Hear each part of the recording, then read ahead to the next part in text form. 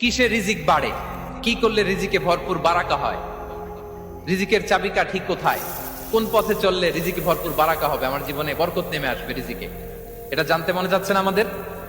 হ্যাঁ, কষ্ট হচ্ছে আপনাদের? কষ্ট হচ্ছে? তাহলে কি করলে রিজিকে ভরপুর বারাকা হয়, কি করলে আমার জীবনে ভরপুর বারাকা নেমে আসে, এই পয়েন্টটাতে আমরা একটু আলোকপাত করি। যেসব কাজ করলে আমাদের জীবনে রিজিকে আসমানি বারাকা নেমে আসবে, আমাদের রিজিকে আসমানি বারাকা নেমে আসুক, আমরা চাই কি চাই না? সবাই আমরা চাই নিশ্চয়ই। যে কাজ করলে রিজিকে আসমানি বারাকা আসে, এর এক নম্বর হচ্ছে তাকওয়াল্লাহ, আল্লাহর ভয়। আল্লাহ তাআলা বলছেন, ওমাই ইয়াত্তাকিল্লাহ ইয়াজআল লাহু মাখরাজা ওয়া ইয়ারযুকহু মিন হাইসু লা ইয়াহতাসিব।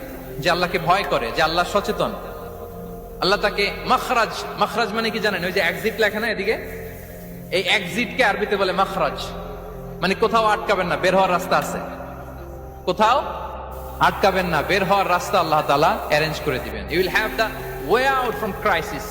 ক্রাইসিসে পড়লে, সংকট মোমেন্টে আল্লাহ তাআলা ওখান থেকে এক্সিটের ব্যবস্থা আপনাকে করে দিবেন। ওয়া ইয়ারযুকহু মিন হাইসু লা ইয়াহতাসিব, এমন জায়গা থেকে আল্লাহ তাআলা রিজিকের ব্যবস্থা করবেন যে সে কল্পনাও করে নাই।